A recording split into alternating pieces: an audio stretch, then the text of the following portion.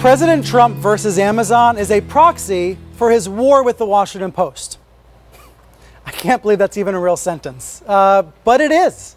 This morning, the president tweeting again, saying the Washington Post is far more fiction than fact. You can read the rest. I'm not going to read it out loud, but I do want to bring in senior editor Mark Fisher at the Washington Post. He's been covering this Amazon Trump thing going on. And now, Mark, we have this new tweet from the president where he blasts the Post. Isn't this more evidence that when he complains about Amazon, he's really trying to do it to get under Jeff Bezos' skin about the Washington Post? Well, yes, that's exactly right, Brian. Just as you showed earlier in the hour, the relationship between Fox and Friends and what the president then tweets, you can make the very same correlation looking at some critical Washington Post stories that somehow get under the president's skin, and then he immediately attacks the Washington Post and Amazon, pretending that they are the one and the same, when in fact they happen to share an owner, but nothing more.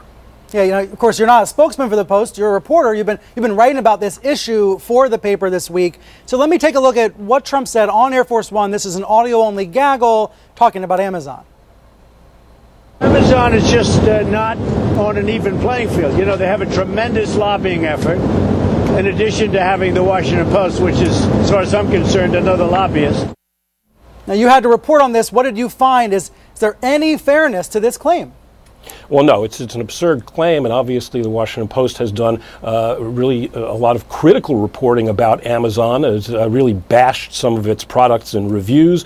So the Post has gone to some lengths to show its independence from Amazon, which happens to share the same owner. But what's really going on here is that the president, according to some people inside the White House, has a kind of a jealousy issue with Jeff Bezos, where Forbes came out recently with its new list of the wealthiest billionaires, and Jeff Bezos is at number 1 and the president's at number 766. He's had a long-standing obsession with that Forbes list and doesn't like where he is on it. And then there's another issue, which is the cultural one.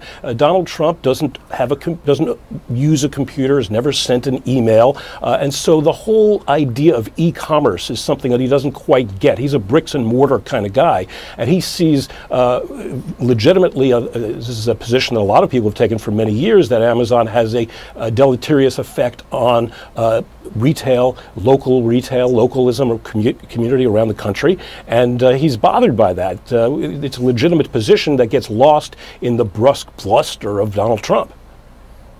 Mark, thanks so much for being here. Great talking Sure. with you.